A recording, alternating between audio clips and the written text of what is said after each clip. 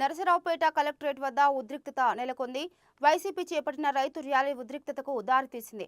శుక్రవారం ర్యాలీ సందర్భంగా జిల్లా అధ్యక్షుడు రామకృష్ణారెడ్డిని, మాజీ మంత్రి ఎమ్మెల్యేలను, వారి నాయకులను కలెక్టరేట్లోకి పోలీసు అధికారులు అనుమతించకపోవడంతో ఇరు వర్గాల మధ్య తోపులాట జరిగింది.